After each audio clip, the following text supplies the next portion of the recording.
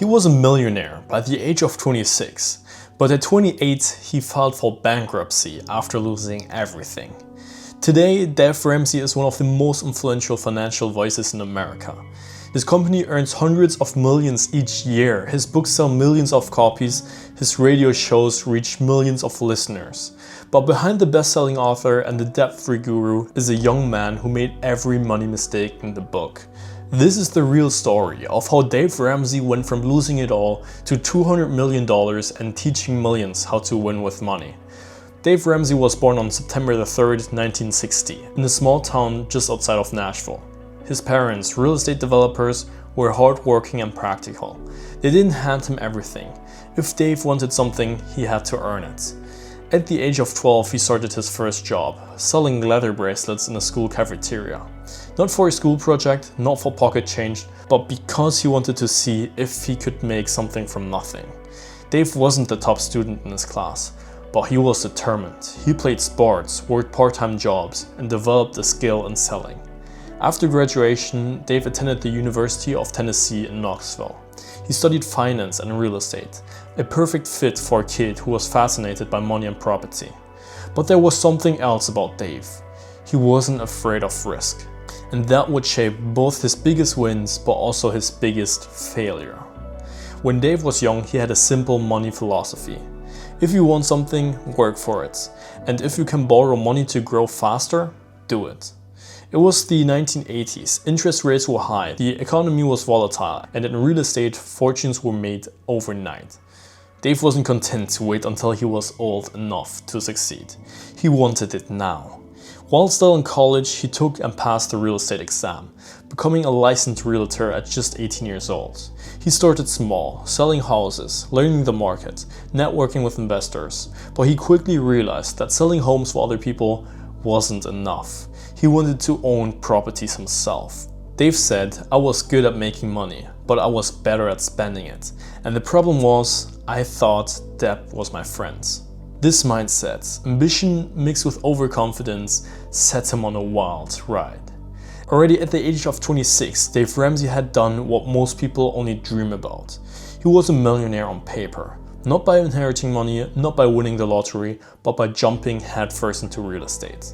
His strategy seemed bulletproof. He would buy homes and rental properties, and either rent them out or sell them for a profit. Every deal was funded with borrowed money, and banks kept approving more, millions at a time, just as long as he kept buying properties. Dave understood leverage. He believed that if you could borrow at 10% and make 15% on your investment, you are winning. And in the mid-1980s real estate boom, that math looked great. He didn't just buy one property at a time. He bought in batches, duplexes, small apartment complexes, single-family homes. His portfolio grew to more than $4 million in value. He had planned for everything. A network of contractors to fix up the properties fast, tenants to cover the mortgages, realtors ready to sell at the profit. Every dollar that came in seemed to be reinvested into the next deal. Dave drove nice cars, lived in a beautiful house, and with the confidence of a man who believed that he had cracked the code to getting rich young. His business was booming, and his reputation in Nashville's real estate circles was rising. But beneath the success was a hidden weakness. One Dave didn't fully see until it was too late. Almost all of his deals were short-term notes, loans that would come due quickly and had to be renewed or refinanced regularly. And every single one was personally granted, which meant if something went wrong, the banks wouldn't just take the properties. They'd come after him directly. On the surface, it looked like smart, aggressive growth, but underneath, it was a high-wire act with no safety net. And in 1986, it happened. A shift in federal banking regulations forced many banks to clean up their portfolio loans. That meant calling in risky loans, especially short-term, high-leverage real estate deals.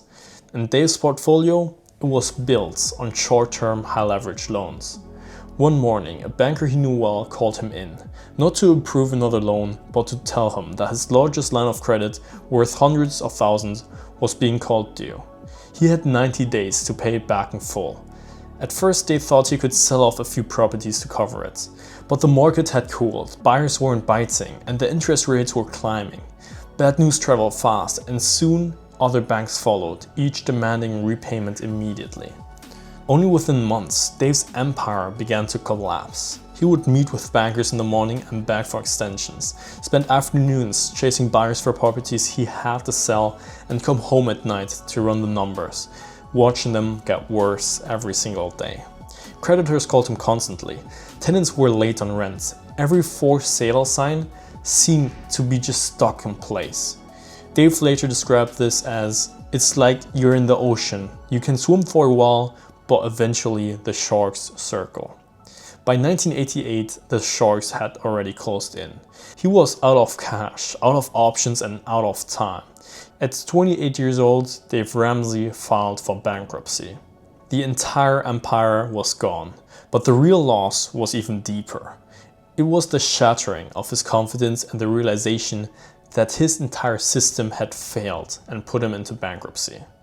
His cars went, his big house went, and for a while the only thing left was the debts he couldn't pay. After the bankruptcy, Dave Ramsey was starting all over. No properties, no savings, and no bank willing to lend him a dime. For the first time since he was a teenager, there was no deal to chase, no quick win in sight. For months, Dave wrestled with shame and doubt. The man who once thought he was unstoppable now struggled just to believe he could win again. But slowly, frustration turned into resolve.